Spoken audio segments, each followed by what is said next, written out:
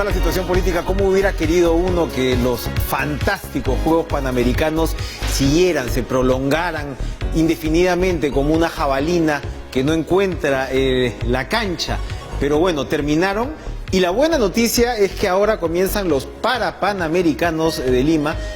Tuve la suerte de asistir hoy a una reunión con la organización y va a ser como lo decía en una nota previa en el noticiero el presidente de Copal, Carlos Neuhaus. Va a ser impresionante, va a ser de repente mucho más impresionante de lo que estamos esperando, y estamos seguros que la expectativa y la viada de los panamericanos se va a prolongar para estos importantísimos Parapanamericanos que comienzan pues el próximo jueves, el próximo viernes es la inauguración como tal, y precisamente se encuentra con nosotros el presidente de la Copal, Carlos Neuhaus, a quien le damos la bienvenida. ¿Cómo está, Carlos? Gracias por estar con nosotros. No, gracias, Enrique.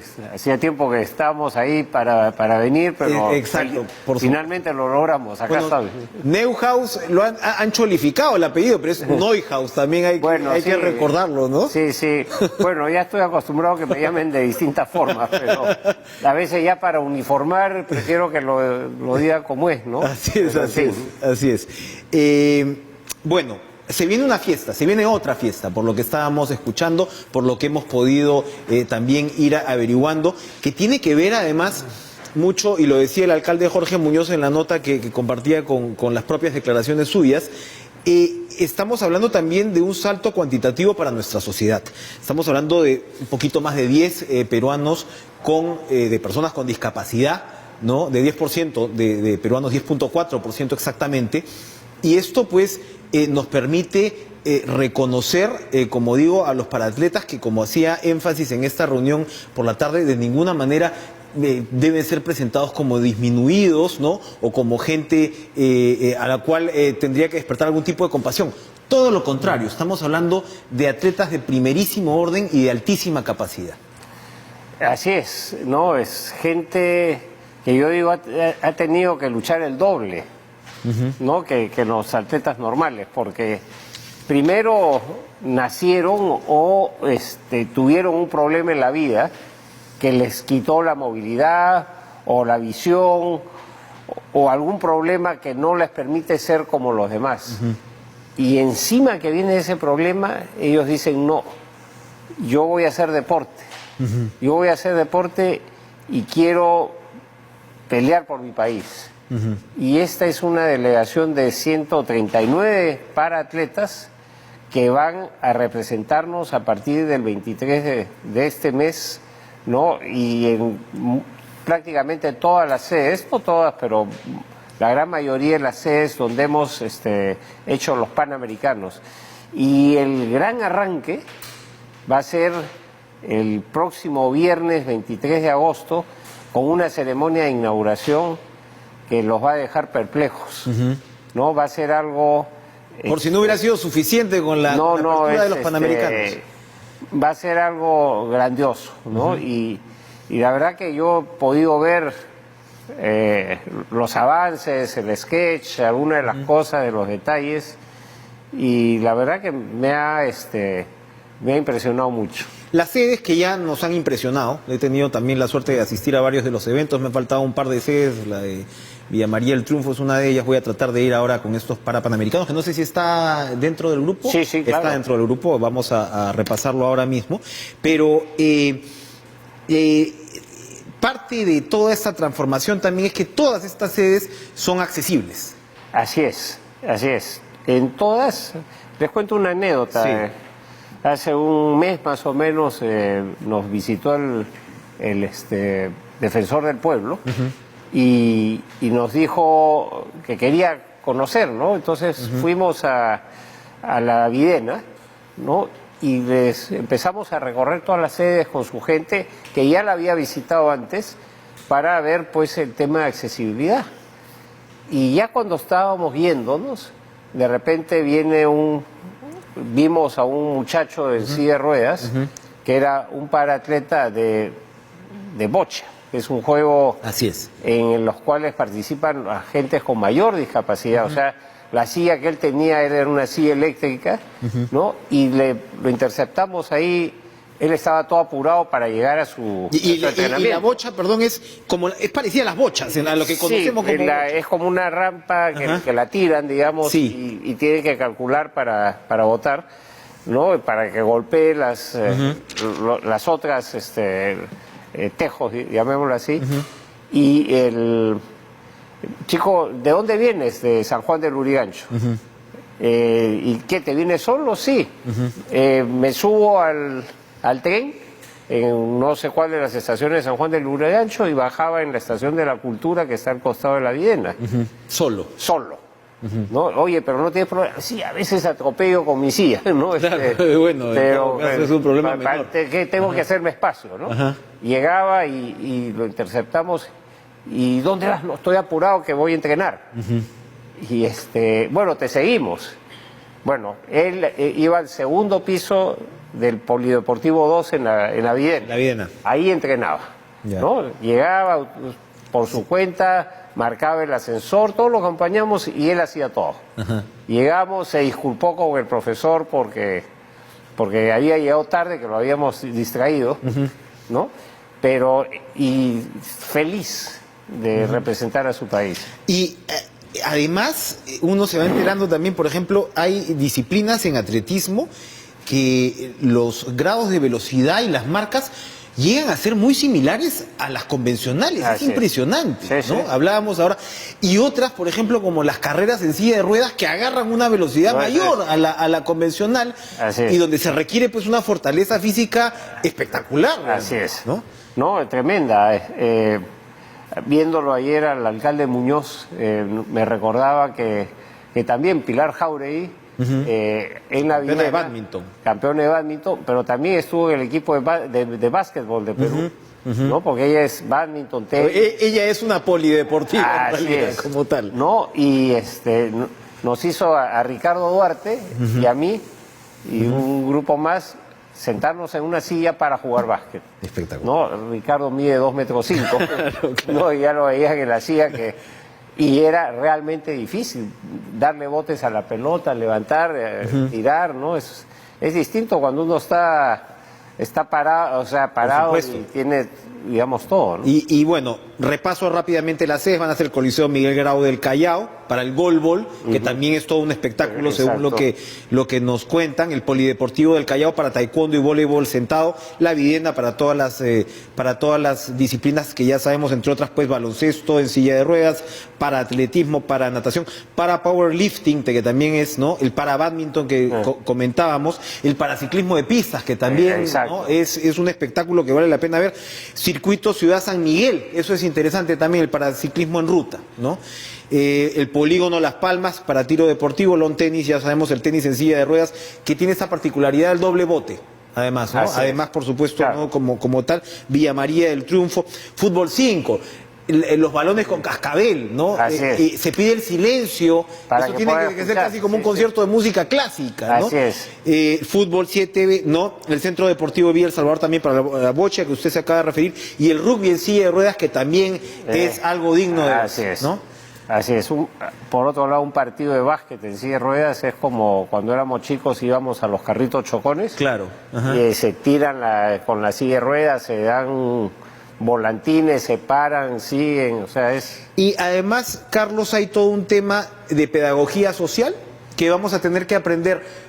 Usted hablaba de este muchacho que se traslada en silla de ruedas, que vamos a tener que aprender primero los periodistas, porque hay un tema de comunicación. Cuando hablamos, ¿no? Los términos son discapacidad visual, discapacidad intelectual, ¿no? Y discapacidad física, que es la mayoría de paratletas en este caso. Y tenemos que referirnos como debe ser. O sea, estamos hablando de discapacidad persona, no son discapacitados, no personas con discapacidades de distintos tipos. Así que va a ser todo un proceso de aprendizaje sumamente interesante, no sumamente enriquecedor como sociedad. Así es personas con discapacidad. No son discapacitados. Exacto, porque discapacitado tiene otras connotaciones, ¿no? Así es. Y lo importante de esto, por ejemplo, y lo repito varias veces, a veces uno en la calle ve una persona en silla de ruedas esperando a tomar un taxi, ¿no? ¿Cuántos taxis pasan por delante? ¿No? Que les es incómodo, ¿no? Claro, dicen, bueno, tendré que bajarme, ayudar y... Exacto, ¿no? Y encima, cuando lo suben le cobran por la silla de ruedas, como si fuera una maleta que uno trajera, ¿no? Entonces, hasta se aprovechan de ellos, ¿no? Y estas personas tienen que resignadamente pagar el extra por ser llevados a un taxi. Fantástica oportunidad de sensibilización y de crecer como sociedad esta. A ver, yo me he encontrado, porque he estado en el rubro inmobiliario cuando hacen, proyectos de vivienda, y decía, oye, pero las rampas, no, por ahí le hacemos un huequito. Un huequito, ¿no? Y hacen una rampa pues de 15 grados, pues se sacan la mugre o no pueden subirla. Y las hacen, yo he visto así en las calles, una rampa y termina contra un poste, ¿no? O sea, esas cosas es absurdo. El mismo aeropuerto internacional nuestro, que es uno de los más modernos, sí, no puede recibir a un equipo de básquet en silla de ruedas. Así es. Por la cantidad de... Y quizás muchos de los otros aeropuertos. ¿Y cómo están haciendo ahora con toda esta situación? Porque hay todo un movimiento de... Hay todo un proceso, vamos a dirigirlos por otras salidas también. O sea, se ha hecho un esfuerzo logístico para atenderlos, ¿no? Y sí, la misma gerencia del aeropuerto se ha vuelto muy colaborativa en ese aspecto. Ahora, cambiando un poquito el tema, pero quedándonos en el tema, comentábamos esta nota de caretas que se llama El secreto de Neuhaus, porque mucho se ha hablado en los últimos tiempos de usted, se construyó en 18 meses, ¿no? Esta fantástica infraestructura. Y hay quienes dicen, bueno, ahora en el Perú deberíamos hacer todo así. En realidad, esto se trabajó con el Reino Unido en este caso. Y claro, quisiera que nos comentara algunos puntos que usted considera importantes que de repente se podrían, no sé si reproducir, pero lecciones que nos deja, porque por el otro lado está diciendo que ahora pues en el Estado peruano es muy difícil, ¿no? Construir lo que sea por el tema de los controles anticorrupción, por el propio temor de los funcionarios públicos de firmar lo que sea porque van a terminar empapelados. ¿Qué nos puede dejar como lección un proceso tan importante como este? A ver, nosotros firmamos un convenio de gobierno con el Reino Unido, ¿no? Y eso nos trajeron como bono adicional modelos de contratación moderna, nueva, ¿no? Que ya funcionan en países avanzados, ¿no? Que permiten que los proyectos, una vez iniciados, digamos, las obras, no se detengan. Porque una cosa es la obra y otra cosa es las discrepancias que puedan haber, ¿no? Entonces, hay un mecanismo de disputas que, digamos, la obra no para y se discuten, se zanjan, si es necesario, se apela a un tribunal de disputas especializados en estos tipos de contratación, que son los contratos NEC o New Engineering Contract, ¿no? Y se puede concluir a tiempo. O sea, sigue la obra, a pesar de que puede haber alguna disputa. Exacto.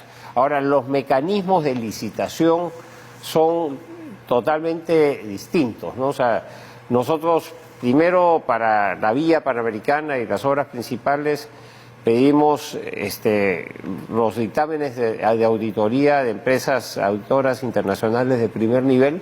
En esos dictámenes de auditoría uno ve, pues, no solamente los números, ve si tienen problemas legales, ¿no? Entonces, están obligadas las empresas a hacer una apertura de todos sus problemas legales. Además, exigíamos un compromiso de una cláusula de idoneidad, que ellos se comprometían a decir que no estaban incursos en ningún proceso grave, ¿no? Porque todas las empresas siempre hay cosas que se presentan, pero no temas de corrupción. Y fijamos una meta, una base, ¿no? Y eso, y todo era abierto en una página especial, ¿no? Que una vez que pasaban ellos esa etapa se les daba, digamos, la clave para acceder. Y ahí se daba toda la información del proceso, ¿no? Donde los detalles técnicos, todos. Ahí mismo se hacían todas las preguntas, ¿no? Y el proceso de juzgamiento era por, digamos, tipo cédulas de independientes que van dando calificaciones a varios aspectos del proceso. Entonces, prácticamente salía en automático. Y además el contrato estaba colgado en la misma página web, ¿no? Y se les decía, bueno, si ustedes ya aplican ya el último tramo, de las 40 y tantas que postulaban, se terminaban con 7, y eso significa que ustedes van a firmar el contrato a las 48 horas de ser escogidos, digamos. Todo absolutamente, entonces un carril más Así rápido es. que el de la Videna. Y en O más todo este eficiente, en proceso todo caso. nosotros le pedimos a la Contraloría General de la República que nos acompañe. O sea, a pesar de ser un contrato internacional, convenio internacional, donde podíamos decirle, tú no te metas, le dijimos, vente. ¿Qué es lo que pasa, como leo, no? ¿Qué es lo que no pasa cuando otros organismos internacionales ingresan? La Contraloría efectivamente queda por fuera. Así En es. este caso estuvo... Además no había estuvo nada que supervisando. esconder. Y si nos equivocamos y ellos ponen la alerta, ¿no? Y bueno, y los resultados saltan a la vista. Vamos a ir a una pausa, pero quisiera conversar, entre otras cosas, a la vuelta de cuál fue el secreto, cuál fue el truco del almendruco para estas 39 medallas que también nos marcan un derrotero de hacia dónde debería ir la política deportiva en el país. Volvemos con más.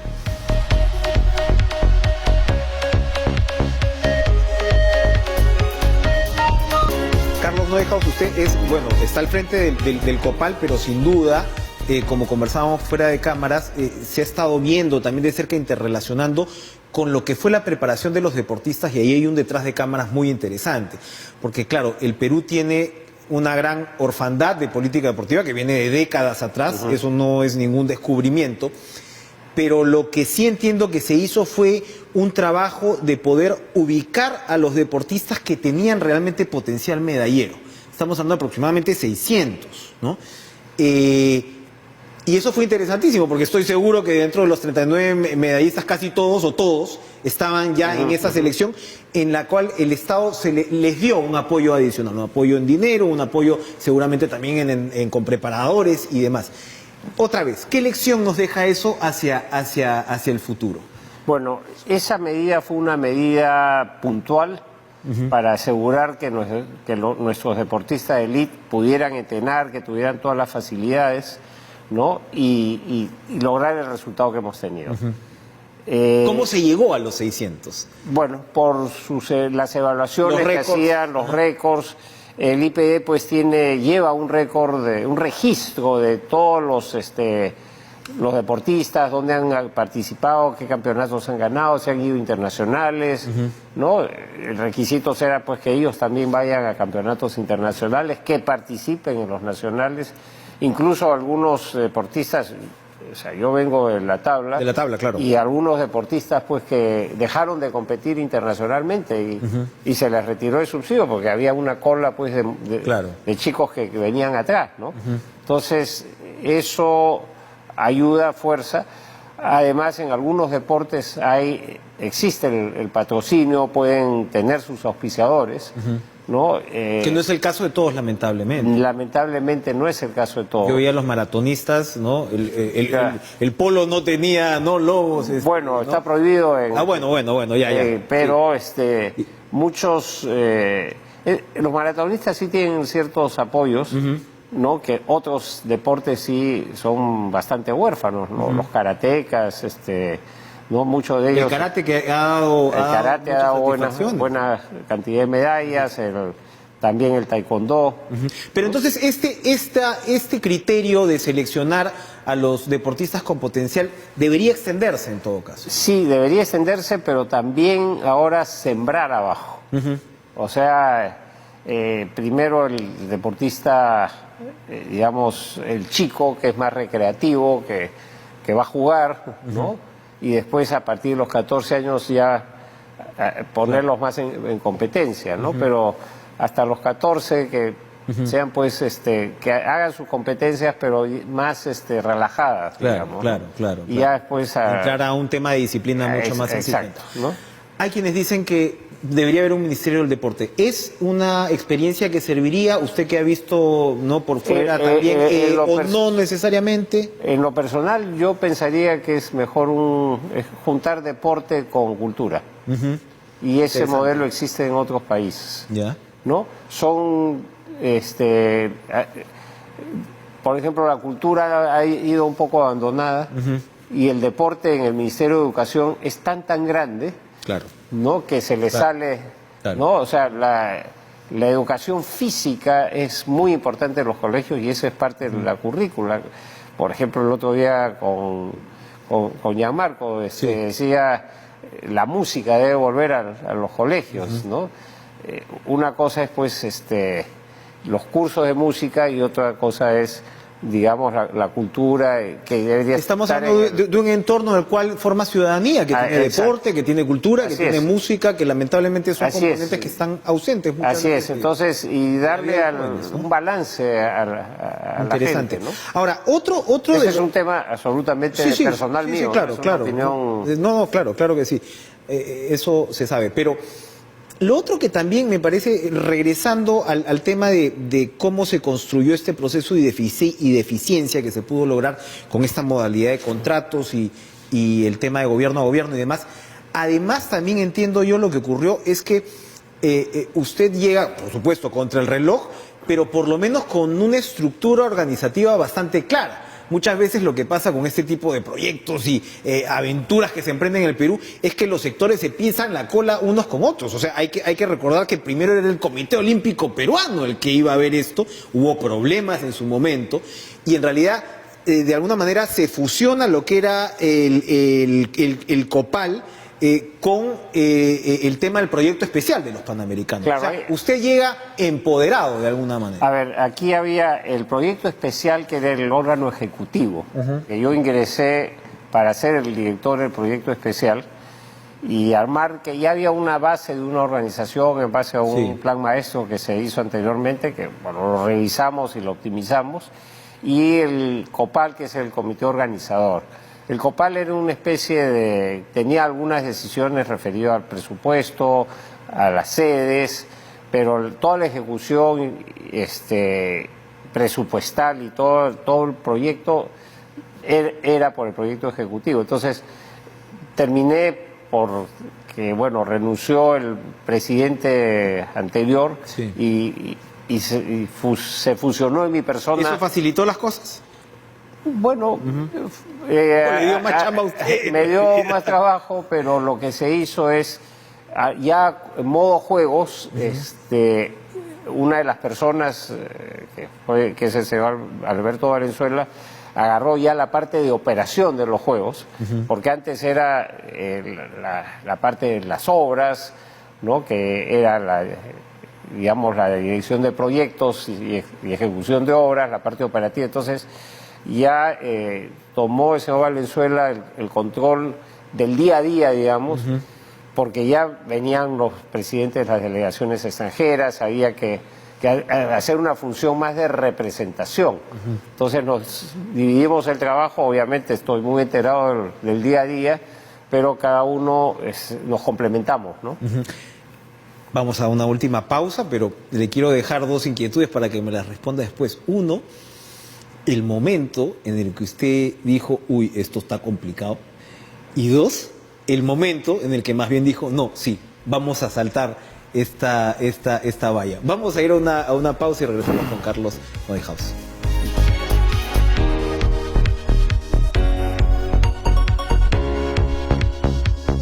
Ha sido una aventura por lo que estamos hablando. Los Panamericanos siguen siendo con los Parapanamericanos. Nos quedan 3 minutos antes de la invocación final para llenar todos estos escenarios en los Parapanamericanos.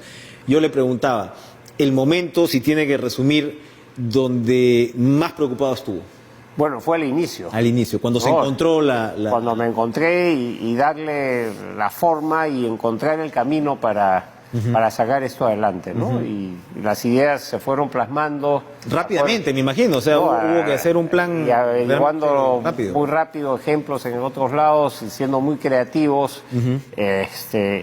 y hasta que no firmamos con el gobierno británico en abril del 17 no estábamos muy seguros, habíamos negociado con los canadienses, pero los términos... Se avanzó bastante, ¿no?, con los canadienses. Pero no nos satisfacía y yo no estaba dispuesto a firmar un convenio en que no era satisfactorio para nosotros. Y después, cuando convocamos la primera licitación y se aparecieron como 80 empresas, que redujimos a 40, ¿no? Entonces dijimos, si en el sector público es 1.8 empresas por licitación y acá tenemos más de 40, entonces ya la hacemos, ¿no? Entonces, ese fue un momento... ese fue el momento del ingeniero también, que dijo, no, acá sí, ¿no? Entonces, se logra. Ya, si 40 empresas dicen que sí se puede, ya. Claro, ahí ya empezamos a estar más indicador, ¿no? Qué interesante esa respuesta. Invite, por favor, a la ciudadanía. El 23 de agosto a las 7 de la noche vamos a tener la ceremonia de inauguración de los Parapanamericanos. Va a ser muy importante y de un alto nivel internacional, del cual vamos a estar orgullosos. Los tickets se venden en Metro, en WOM, en Jockey Plaza y por internet. Es muy fácil comprarlas por internet, y las entradas virtuales uno entra con su celular, y ahora si quiere el papelito para después llevárselo de recuerdo, también puede ir a recogerlo a estos sitios. Están muy bonitas las entradas. Recuerden, hay que alentar a estos 139 para atletas peruanos. Las entradas ya están a la venta. Se nos ha terminado el tiempo, Guillermo. Se nos ha terminado el tiempo. Qué suerte la de Carlos Neuhaus, que no le he podido preguntar de política. Será en una próxima ocasión, porque estoy seguro que vamos a tener una siguiente conversación. Gracias por estar con nosotros esta noche en Cara a Cara. Gracias a ustedes por acompañarnos. Nos vemos mañana y bueno, esperamos pues que las cosas en la política se vayan pues encaminando un poco, como este ejemplo de los Parapanamericanos. Buenas noches.